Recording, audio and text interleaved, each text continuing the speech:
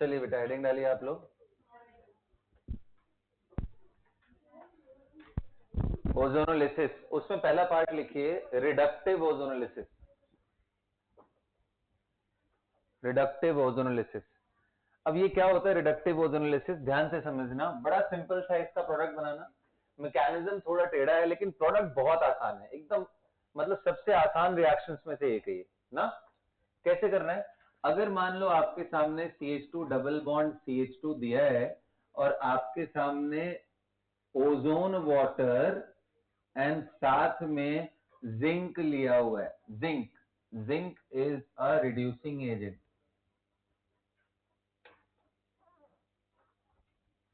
Reducing agent, तो zinc ले ले बेटा, या फिर अदर रिड्यूसिंग एजेंट में हाइड्रोजन निकल ले ले, NaBH4 ले ले, तो भी ये वर्क करेगा।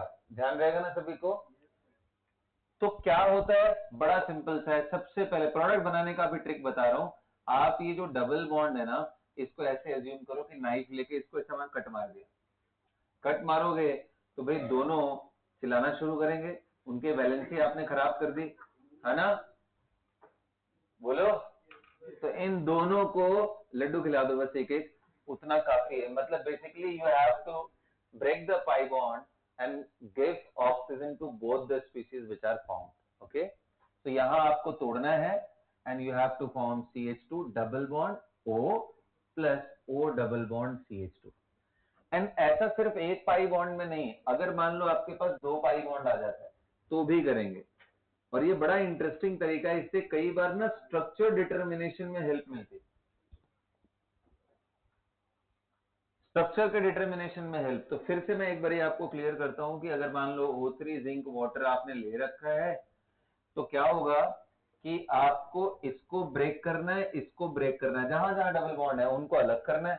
अलग करोगे तो क्या बन जाएगा? CH2 डबल बॉन्ड, ये CH डबल बॉन्ड, ये CH डबल बॉन्ड, ये CH2 डबल बॉन्ड। देखो जो भी खाली जगह है उन सब जगहों पे क्या पकड़ाना है तुम्हें? ऑक्सीजन। हाँ वही लड्डू पकड़ा दो यार, कोई दिक्कत नहीं, है ना?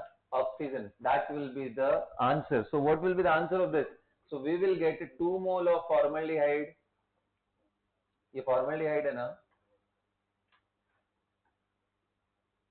एंड ये जो कंपाउंड बन रहा है इसको बोलते हैं ग्लाइऑक्सिल। क्या बोलते हैं? ग्लाइऑक्सिल। देख OH OH रहता है उसको ग्लाइकॉल बोलते हैं, ऐसे रहे तो glyoxal. So 2 mole of formaldehyde and 1 mole of glyoxal you are going to get. आया बात समझ में? एक बस प्रैक्टिस के लिए मैं दूंगा, फिर मैकेनिज्म में समझाऊंगा। पहले तुम्हें एकदम अच्छे से थॉरो प्रैक्टिस होनी चाहिए कि चल क्या रहा है ये, है ना? एक और दे देता हूं जिसके अंदर double bond C double bond CH2, O3 zinc water, and here also O3 zinc and water. Now form the product. So what is the reagent used in reductive ozonolysis? Ozone water plus reducing agent। Ozone water plus reduce, mostly वो zinc रहता है। Zinc नहीं लिखा है तो आप देखना और रिड्यूसिंग एजेंट हो सकते हैं, मैं अभी लिखवा दूंगा list of reducing agent that can be used in place of zinc. इसीलिए नाम पड़ा है रिडक्टिव, क्योंकि रिडक्शन के साथ हो रहा है। उसका बहुत जरूरी, मतलब बहुत इंपॉर्टेंट है वो, नहीं तो गड़बड़ हो सकता है यहाँ पे। अभी आप पहले इसको नोट करो फिर बताता हूँ। कर लिया आप लोगों ने?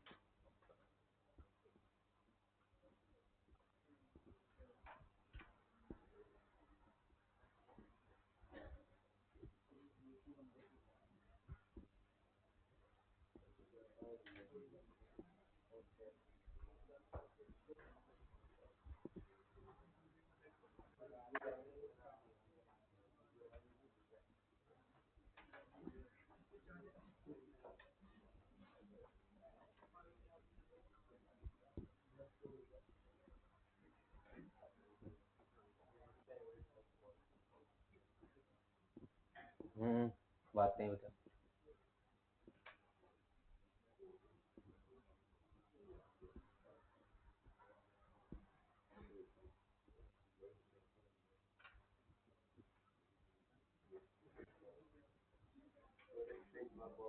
कर लिया आप लोगों ने?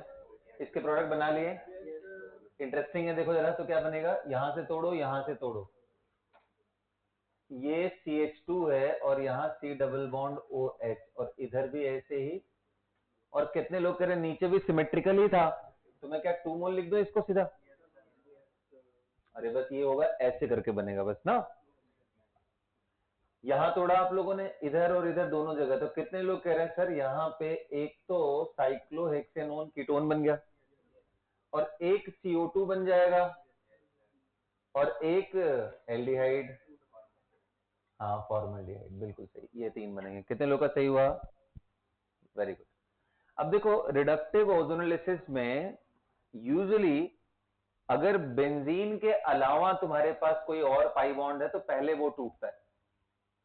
ठीक है, नोट करके लिखो। If the reactant have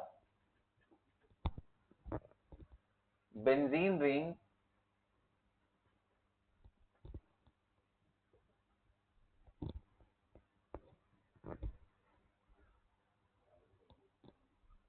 then the pi bond of benzene ring is broken only if then the pi bond of benzene ring is broken only if there is no additional pi bond present in the structure. Pi bond of benzene is broken only if there is no other pi bonds available in the structure. जैसे अब मैं आपको second देता हूं, आप जरा इसका बना करके दिखाओ।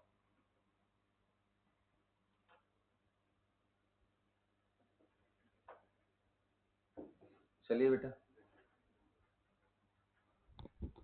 आप ब्रेक डाउन करके दिखाइए। दोनों में सेम रिएजेंट, ओके, रिडक्टिव। करने के लिए मैं इसको भी कर सकता था सर्कल, लेकिन मैंने बस ऐसे नॉर्मल किया। आप जरा प्रोडक्ट बनाइए पहले वाले का, एंड दूसरे वाले का भी बनाइए।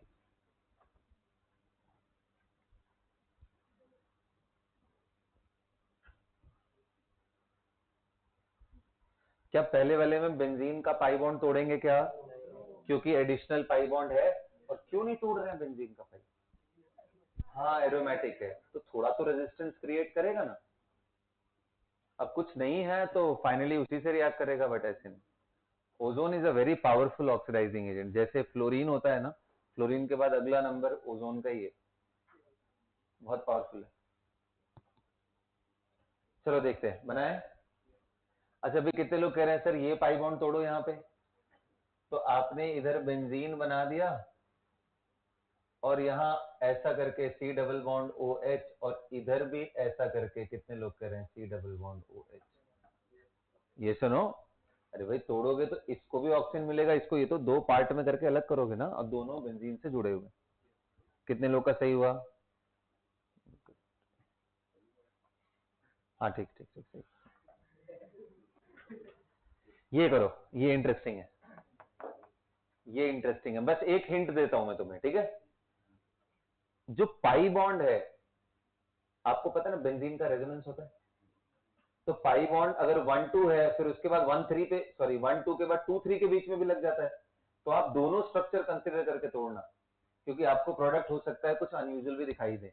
इसलिए दोनों स्ट्रक्चर पहले एक वाले को लेकर के प्रोडक्ट्स बनाओ, फिर मतलब इसमें पूछेगा पॉसिबल प्रोडक्ट्स क्या है, कितने डिफरेंट प्रोडक्ट्स मिलेंगे, ऐसा क्वेश्चन आ सकता है कि अगर इसको हम ऑक्सीडाइज करें ओजोन के प्रेजेंस में, जिंक वाटर के प्रेजेंस में, तो कितने डिफरेंट प्रोडक्ट्स मिलेंगे। न्यूमेरिक टाइप में क्वेश्चन आ सकता है ये।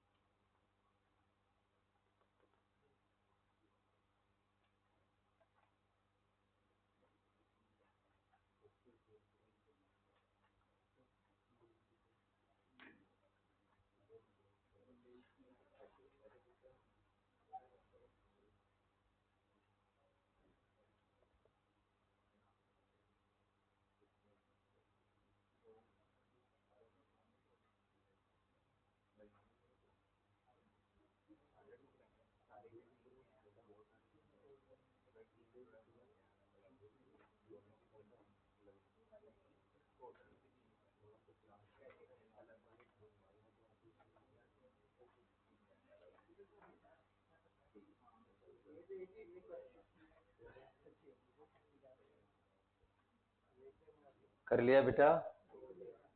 आइए देखते हैं। अभी कितने लोग कह रहे हो कि सर अगर मैं एक तो ये स्ट्रक्चर बना सकता हूं ना, और दूसरा कितने लोग कह रहे हैं ये भी स्ट्रक्चर बन सकता है सर? अरे बोलो। मैंने अंदर वाले पाई बॉन्ड का पोजीशन चेंज कर दिया, यहां कर दिया, तो उसी हिसाब से सब फॉलो करेंगे। तो अगर मैं इसको तोड़ता हूं तो यहां कट मारना है, यहां कट मारना है, तो देखो क्या बन गया, CH3 C डबल बॉन्ड हो एंड अगल बगल में C डबल बॉन्ड हो, तो इसका जो प्रोडक्ट आएगा वो आएगा CH3, देखो मैं लिखने जा रहा हूँ, C डबल बॉन्ड हो, CH3 C डबल बॉन्ड हो एंड फिर अगला carbon and C double bond हो H, इसको बोलेंगे मिथाइल ग्लाइऑक्सिल। देखो ना, दो कार्बन, ये मिथाइल ग्लाइऑक्सिल।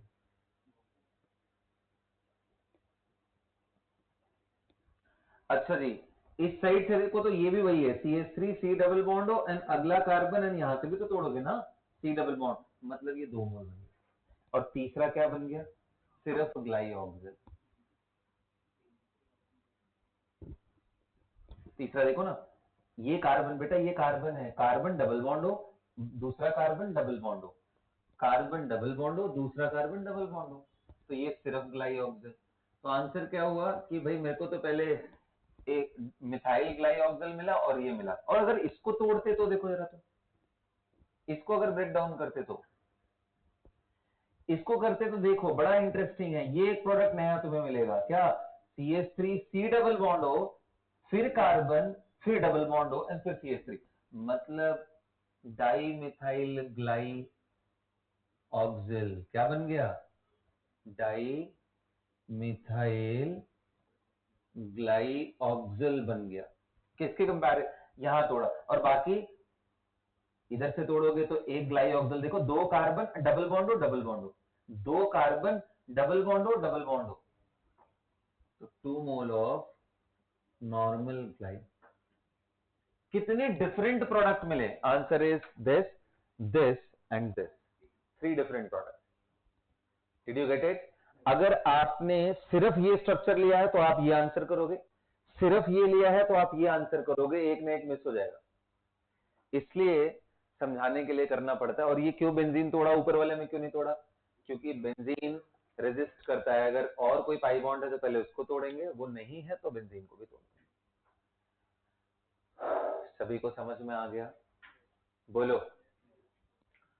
अब देखो, हालांकि इसका भी मैकेनिज्म अगर आइडियली पूछा जाए तो थोड़ा कॉम्प्लिकेटेड रीअरेंजमेंट से रिलेटेड है, लेकिन कभी कभी इंटरमीडिएट पूछता है, तो मैं आपको लिखवा दे रहा हूँ कि इसमें इंटरमीडिएट बनता क्या।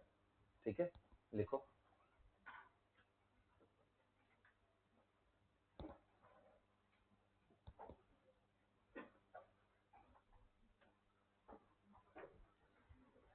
The intermediates formed in reductive ozonolysis are mole ozonide and ozonide. क्या बनते हैं, दो बनते हैं, मोल ओजोनाइड एंड ओजोनाइड।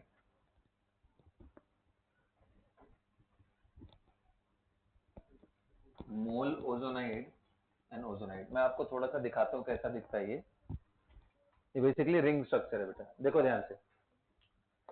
देखो, अगर मान लो मैं एक जनरल एल्कीन ले रहा हूं ऐसा, और फिर मैंने कर दिया कि O3 एंड वाटर लिया, तो पहले देखो क्या बनता है।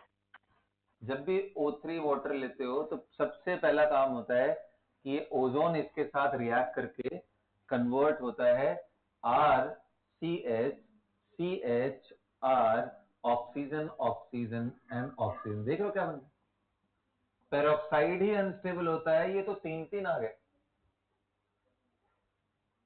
ये तीन तीन बन गए। आप कितने लोगों को ओजोन का स्ट्रक्चर ध्यान है, O double bond O and dative bond, तो यहां प्लस है ना। बोलो, अभी केमनोफोर के केस मैंने बताया था कि ये इलेक्ट्रॉन क्लाउड इसको डोनेट करेगा, ये नॉर्मलाइज होगा, यहां प्लस आएगा उसको बचाने के लिए, माइनस तुरंत इसको डोनेट करेगा। तो क्या इसके बाद यही स्ट्रक्चर दिख रहा है तुमको? ऑक्सीजन कार्बन जुड़ गए, ये ऑक्सीजन जुड़ गया और ये सिंगल बॉन्ड हो गया बीच में, क्या यही बन गया? बोलो, क्या ये स्टेबल है? बिल्कुल नहीं, ये टूट जाता है। और जो टूटता है ना, बड़ा कॉम्प्लिकेटेड सा चीज है वो टूटने वाला, कहानी बड़ी इंटरेस्टिंग सी है। लेकिन ये बॉन्ड टूट करके ये रीअरेंज, पहले तो फ्रेगमेंट बनता है इसका एंड फिर जुड़ जाते हैं सब। जुड़ने के बाद देखो कैसा बनता है, वो मैं तुम्हें दिखाता हूँ। जुड़ने के बाद इनका सिग्मा बॉन्ड जो ये था ना, यही टूट जाता है। इसलिए तो मैंने तुम्हें बोला था कि ये कौन सा ऑक्सीडेशन है, रिडक्टिव, सॉरी, ऐसा ऑक्सीडेशन है जिसमें सिग्मा एंड पाई दोनों टूट जाते हैं। तो पहले तो पाई टूटता है, बाद में सिग्मा भी टूट जाता है। इस स्टेप के बाद, इसका इंटरमीडिएट मैंने तुम्हें नहीं दिखाया है। तो सिर्फ ये बन गया। अब इसके बाद क्या होता है, अब देखो फिर से है तो लोन पेयर ना। बोलो भाई, तो ये होमोलाइसिस हो सकता है पेरोक्साइड की वजह से? अरे बोलो, होमोलाइसिस हो गया तो रेडिकल बना, रेडिकल यहां वाला इलेक्ट्रॉन को ले जाएगा, ये इसको ले जाएगा। इसलिए किताबों में ऐसे लिखा रहता है, डू दिस, इस ऑक्सीजन को अलग कर दो। एंड दैट्स हाउ वी से, इसलिए ये एक ट्रिक के फॉर्म में ही बन गया है कि आप इनके पाई बॉन्ड को यहां से कट मारो और दोनों को ऑक्सीजन ऑक्सीजन दे दो। फिर कहोगे सर ऑक्सीजन ये जो बचा रह गया, ये तो बहुत खतरनाक नहीं है? है बहुत खतरनाक, इसीलिए तो जिंक लेते हैं, तू तुरंत खा जाए उसको, क्या बन जाए? Zinc oxide. इसलिए तो रिड्यूसिंग एजेंट लेना पड़ता है। अगर तुमने ये नहीं लिया तो ये ऑक्सीजन इस कार्बन हाइड्रोजन के बॉन्ड के बीच में चला जाएगा, उसको कार्बोक्सिलिक एसिड में चेंज कर देगा। इसलिए नेसेंट ऑक्सीजन को कंज्यूम करना बहुत जरूरी है। That's why we take zinc for that. Zinc हो गया, अदर रिड्यूसिंग एजेंट,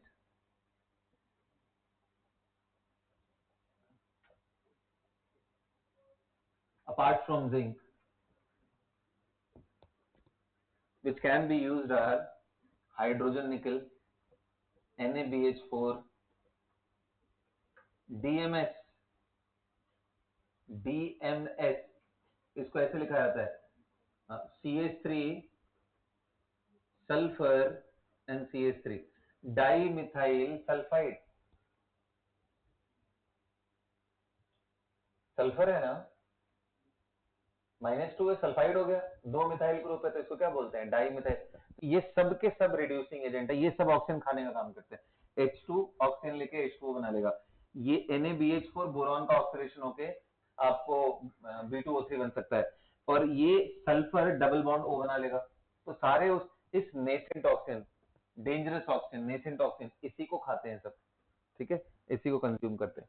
ये नहीं लिया तो aldehyde will turn into carboxylic acid. ये बात भी लिख लेना, पहले ही आप ये पूरी कहानी लिख लो और फिर लिखो if reducing agent is not taken, if reducing agent is not taken, then the aldehyde formed will be converted into carboxylic acid by nascent oxygen. Then the aldehyde form will be converted into carboxylic acid, will be converted into carboxylic acid, will be converted into carboxylic acid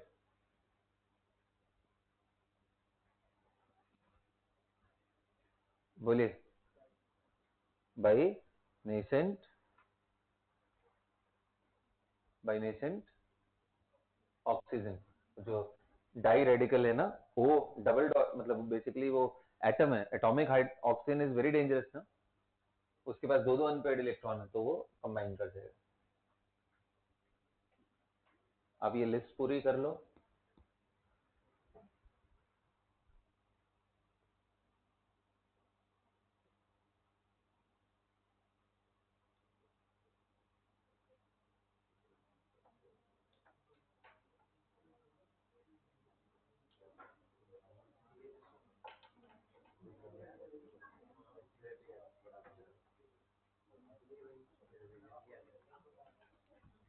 ये जो पहला form है बेटा, इसको मोलोजोनाइड बोलते हैं।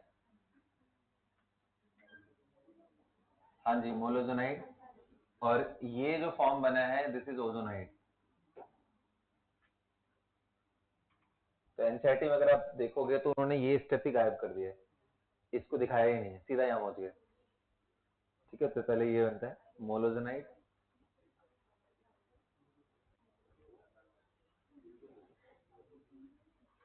Molozonide, molozonide.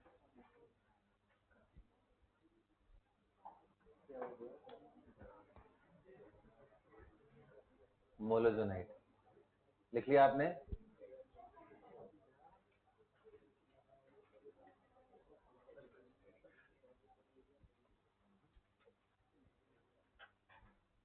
बात बिल्कुल नहीं।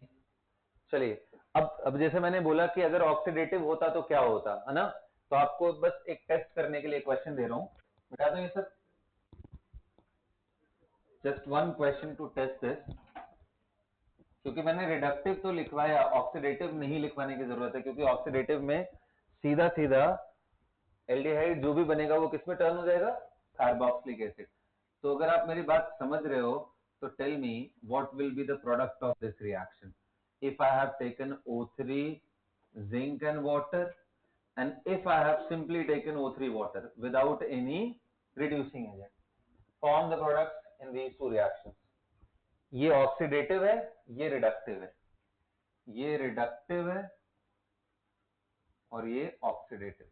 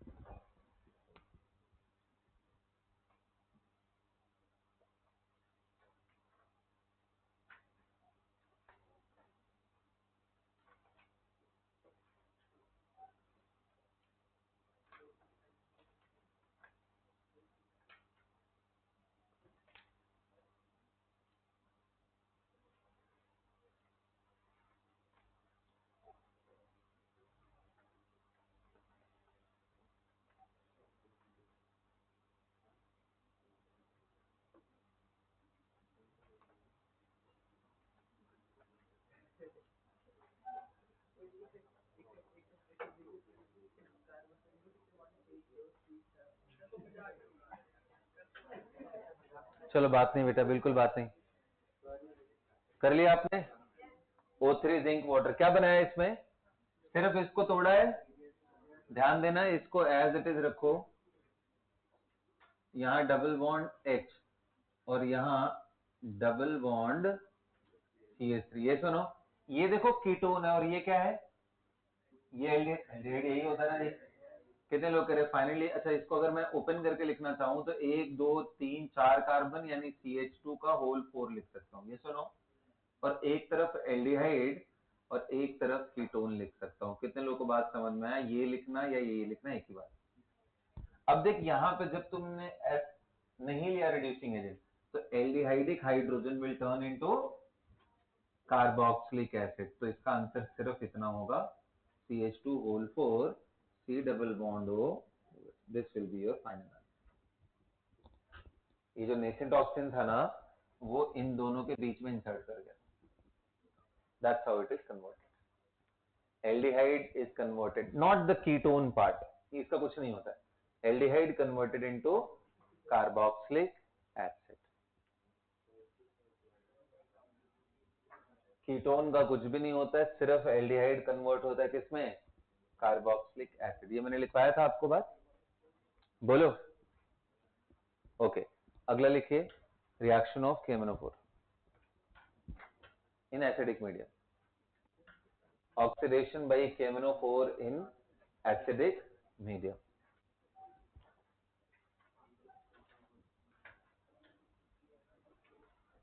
Oxidation by KMnO4 in acidic medium.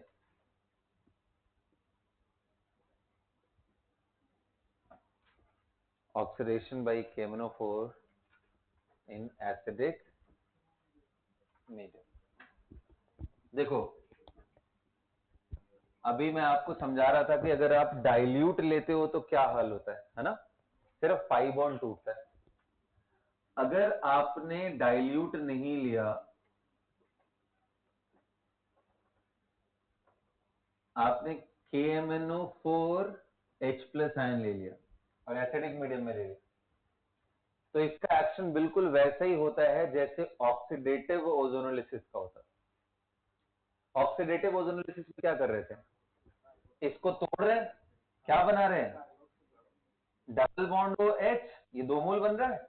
And oxidative में तो ये हाइड्रोजन भी पहुंच जा रहा है कार्बोक्सिलिक एसिड। तो ये काम यहां पे भी होता है। इसका आंसर सीधा सीधा CH3। मैकेनिज्म इसमें पूछता ही नहीं है एग्जाम में। ये फास्ट रिएक्शंस होते हैं ना, तो इनमें सिर्फ प्रोडक्ट आउटकम पूछे जाते हैं, तो वो हमें पता है कि इसका प्रोडक्ट बिल्कुल वैसे ही होगा जैसे ऑक्सीडेटिव। एक चीज ध्यान रखना, अगर कहीं CO ऐसा बन जाए H2CO3, तो आपको पता है ना ये स्टेबल नहीं होता है। अगर कभी ये बन गया तो किसी रिएक्शन में अनस्टेबल, ये क्या होगा, टूट करके H2O and CO2 में कन्वर्ट हो जाएगा। जैसे मैं एक एग्जांपल दूं, ये पहला वाला आप लिख लो, the reaction of KMnO4 in acidic medium will produce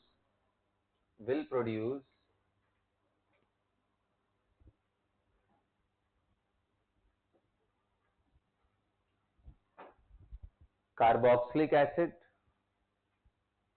ketone and sometimes CO2। आप हिंट अपने लिए लिख लेना कैसे होता है ये रिएक्शन, कैसे कराते हैं, ओजोनोलिसिस की तरह ही कराते हैं, ऑक्सीडेटिव ओजोनोलिसिस की तरह। It is similar to oxidative ozonolysis. ये हिंट लिख लेना आप ना, ताकि आपके सामने अगर मैं क्वेश्चन दूं तो आप कर पाओ। जैसे ये देखो एग्जांपल, मान लो मैंने ऐसा कर दिया CH2 और मैं तुम्हारे सामने ले रहा हूं O3 जिंक वाटर, और फिर ले रहा हूं मैं सिंपल KMnO4 H+ आयन, और फिर तीसरा ले रहा हूं क्या चीज, KMnO4 OH- cold and dilute. OH- का मतलब एल्कलाइन हो गया ना, तो ये बेयर्स रिएजेंट। इसका प्रोडक्ट फटाक से बताओ क्या बनने वाले, बेयर्स रिएजेंट में क्या बनेगा, सर पाई बॉन्ड तोड़ के OH लगाएंगे, ये सुनो। इसमें क्या बनाएंगे, सर दो सिग्मा पाई दोनों टूट करके ये बॉन्ड तोड़ करके दोनों को ऑक्सीजन दे देंगे। ये करेंगे तो इसके थोड़ा आगे बढ़ जाओ, ये कीटोन है, इसका कुछ नहीं होगा, ये ऐसे ही रहेगा। ये एल्डिहाइड था ना, ये दोनों तरफ से एल्डिहाइड है ना, अरे ये दोनों तरफ से एल्डिहाइड है ना, दोनों वाले गायब होकर के क्या बन जाएंगे ये, और ये अनस्टेबल होता है, टूट के क्या बन जाएगा, H2O and CO2। H2O and, तो प्रोडक्ट तीनों के समझ में आ गए। KMnO4 H+ आयन में ले लिया तो क्या होगा, KMnO4 नॉर्मल ले लिया तो क्या होगा, कोल्ड एंड डाइल्यूट कंडीशन में।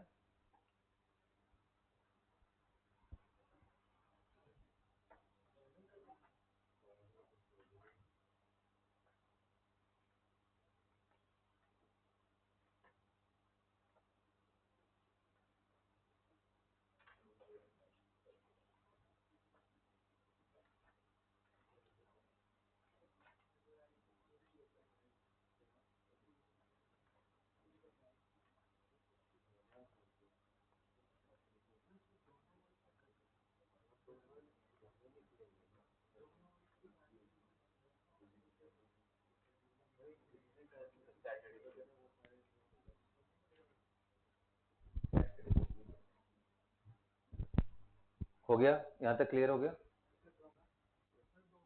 नोट कर लिया।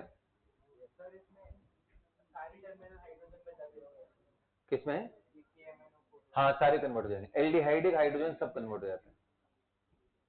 C डबल बॉन्ड O के साथ जुड़ा हुआ हाइड्रोजन उसमें कन्वर्ट हो जाएगा। इसको चलिए बेटा, now put the heading last reaction of the day which is Diels-Alder reaction।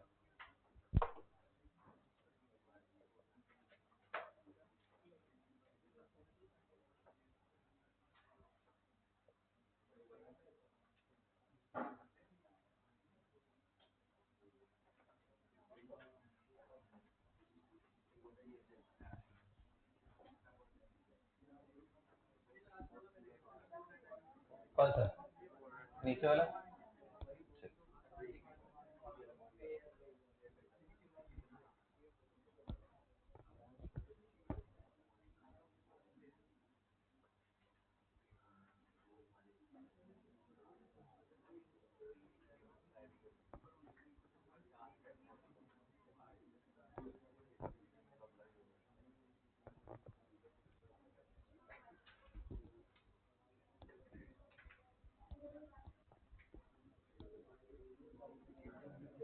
चलिए हेडिंग डालिए, Diels-Alder रिएक्शन।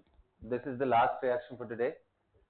अब ध्यान से सुनो, इस चीज में क्या होता है, इसमें हम एल्कीन लेते हैं और डाइईन लेते हैं। This is the reaction of an alkene and diene, and simply इन दोनों को मिक्स करके 1:1 रेशियो में गर्म करना है, कुछ और नहीं ऐड करना है, कोई सॉल्वेंट कुछ भी नहीं। ये रिएक्शन गैसियस फेज में होता है और इसमें सिर्फ बॉन्ड्स का रीअरेंजमेंट है और कुछ नहीं।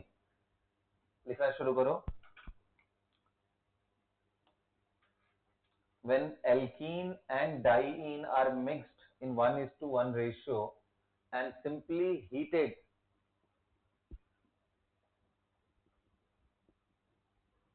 it converts into six-membered ring. It converts into six-membered ring. It converts into six-membered ring. अगला पॉइंट लिखेंगे आप,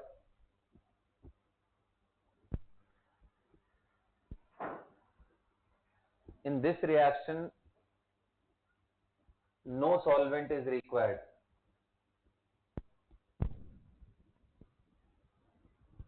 अगला, no intermediate formation takes place. कोई इंटरमीडिएट नहीं होता है। It completes in single step. It occurs in gaseous phase.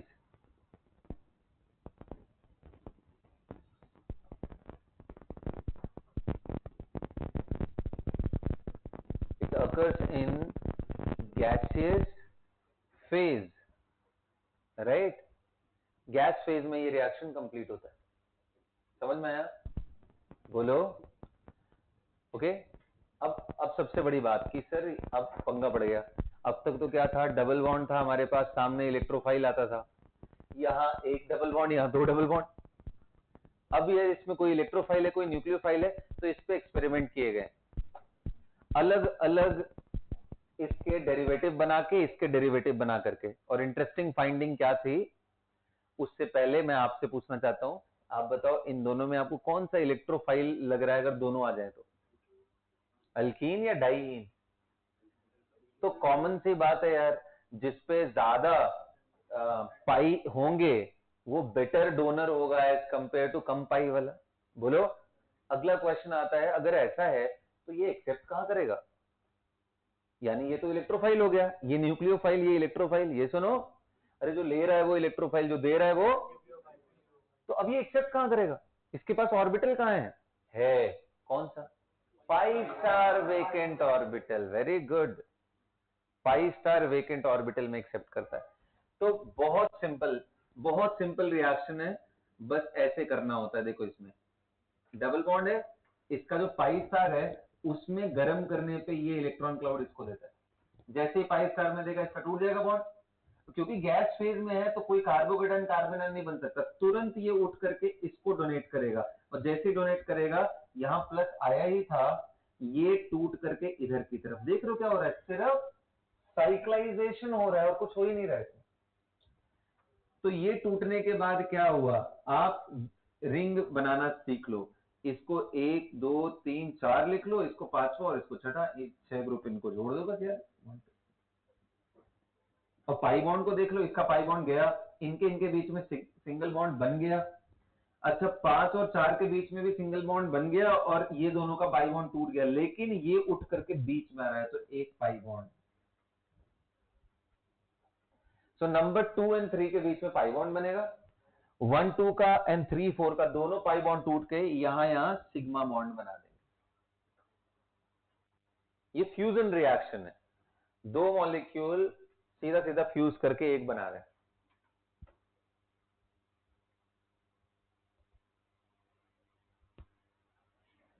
लिखना शुरू करो तो लिखो इसके बारे में, मैकेनिज्म लिख लो,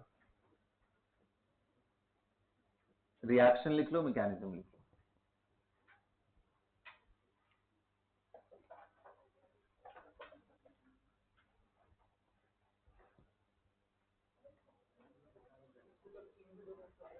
हाँ, इसमें लिखो alkene here behaves as electrophile. हाँ, डोनेट भी कर रहे हैं। तो पहले इसको मिला ना, फर्स्ट कैसा बिहेव कर रहे हो? In this reaction alkene behaves as electrophile and diene behaves as nucleophile। Diene behaves as nucleophile। तो ध्यान रखना, कभी क्वेश्चन आए पूछे कौन सा डाइईन अच्छा होगा, डाइईन अच्छा वो होगा जिसमें जितने डोनेटिंग ग्रुप हो उतना अच्छी बात। जैसे OCH3 लगा दो, ये कॉन्जुगेशन से इसको दे दे, इधर लगा दो तुम OCH3, ये कॉन्जुगेशन से दे दे, ये सबसे बढ़िया डाइईन है। उसके बाद तुम नॉर्मल CH3 डाल दो जो हाइपर कॉन्जुगेशन से दे दे, फिर ये नॉर्मल वाला है ना। और घटिया कौन है, बहुत ही खराब हालत में आ जाएगा अगर यहां विड्रॉइंग जैसे नाइट्रो ग्रुप डाल दिया, पुअर पुअर डोनर, क्योंकि उसके इलेक्ट्रॉन को आपने विड्रॉइंग ग्रुप से खींच लिया। इसका रोल क्या था, न्यूक्लियोफाइल, डाइईन न्यूक्लियोफाइल का था। और वैसे अगर मैं ईन की बात करूं, CH डबल बॉन्ड CH, इसको इलेक्ट्रोफाइल बनाओ, यहां नाइट्रो डालोगे तो अच्छी बात है, क्योंकि ईन बिहेव्स एज इलेक्ट्रोफाइल। तो यहां जितने विड्रॉइंग ग्रुप हो उतनी अच्छी बात है। एक NO2 डालोगे तो थोड़ा बेकार है, कुछ नहीं डालोगे तो ओके ओके ही है, और डोनेटिंग ग्रुप डाल दोगे तो बहुत ही खराब है। नहीं डालना है इसको, डोनेटिंग ग्रुप चाहिए ही नहीं इसको। ये क्या है, relative reactivity with different diene. This is relative reactivity with different alkene. आपको बेस्ट कॉम्बिनेशन बनाना है तो ये ले लो, ये ले लो, इनका रिएक्शन कराओगे तो सबसे फास्ट होगा। तो ऐसे कॉम्बिनेशंस में भी क्वेश्चंस पूछे जाते हैं एग्जाम में।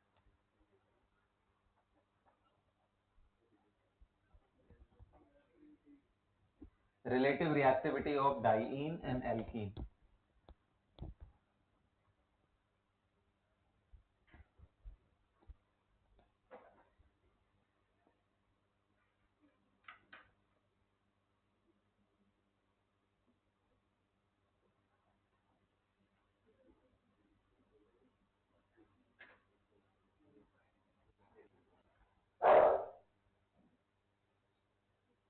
प्यारे बच्चों, एक बार एग्जाम में ये पूछा था, क्या ये रिएक्ट करेगा इसके साथ?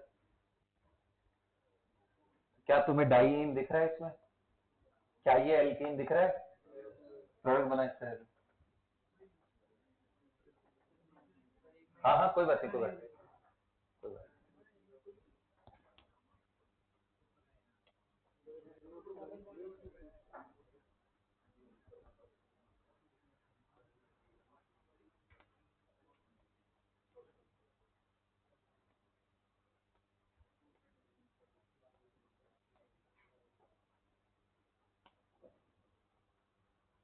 इसका प्रोडक्ट बनाओ, नंबरिंग करके ही करना।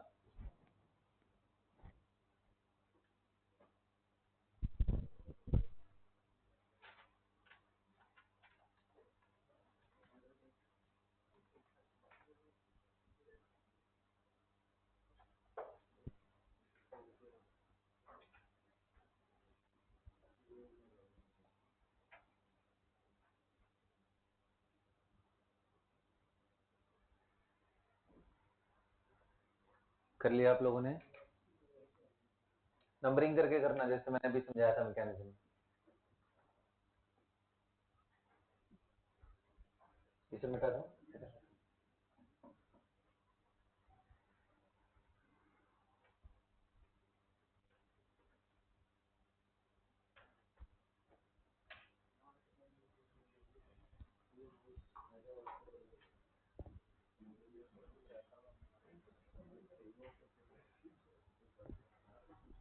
बात नहीं बेटा।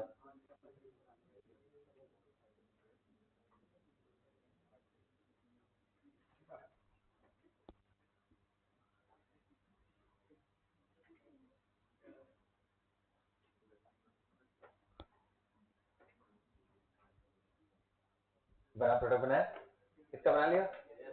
कहां से जोड़ना है ये? 1 2 3 4 5n और ये 7n। तो क्या करें, 6 मेंबर रिंग बनाओ और बीच में से ऐसा बना दो। कितने लोगों ने सही किया है? अरे बाबा एक बात बताओ, ये तो इसके साथ ही जुड़ता है ना, ये इसके साथ जुड़ेगा और इस कार्बन से ऑलरेडी ये जुड़े हुए थे, समझ रहे हो ना? तो इसलिए इनको 8 मेंबर में कहां लेके जाएंगे? मतलब मुझे इस स्ट्रक्चर को ऐसे ही बेसिकली बना देना था, दैट्स इट। लेकिन क्योंकि ये दोनों जाके इन दोनों जगहों पे जुड़े हैं तो मुझे इनको ऐसे दिखाना पड़ेगा। That's what I did. You get it ना? ये कैसा कंपाउंड बना? बाईसाइक्लो, 2 ब्रिज कार्बन है। इसको ऐसे भी आप दिखा सकते हो, लाइक दिस। ये और ये एक ही बात है, ये और ये एक ही बात है कि ये जंक्शन से 2 कार्बन ऐसे ऐसे करके जुड़े हुए हैं और एक पे pi bond. This is bicyclo. Writing like this is same as writing like this. Okay, किसी ने बनाया था? ओके, चल ग्रेट। ओके, बढ़िया। Now, this is the last question for today. Now, just tell me whether this is going to react with CH2 double bond CH2 or not. बस इतना ही बताना है। ये 2 मैंने लिखा है, एक नीचे और एक ऊपर। पहले ऊपर वाला बता, रिएक्ट करेगा क्या? क्या ऊपर वाला रिएक्ट करेगा इसके साथ? नहीं कर पाएगा, क्योंकि देखना ये एंटी साइड में चला गया है। जैसे ही ये इसको डोनेट करेगा, ये इतना दूर चला गया है कि वो इलेक्ट्रॉन इसको डोनेट ये कर पाएगा। कैसे? बिल्कुल सही, सिग्मा के अबाउट घूम जा करके ये क्या बना सकता है? सेम साइड में आ सकता है, इसलिए ये देगा और ये रिएक्शन नहीं होगा। आया बात समझ में? तो इसी के साथ प्यारे बच्चों, एल्कीन के सारे रिएक्शंस कवर होते हैं कल, मतलब पिछली क्लास और ये क्लास मिला करके। That's all for the class today. अगली क्लास में आपको alkyne preparation and reaction, diene preparation and reaction में आपको करूंगा।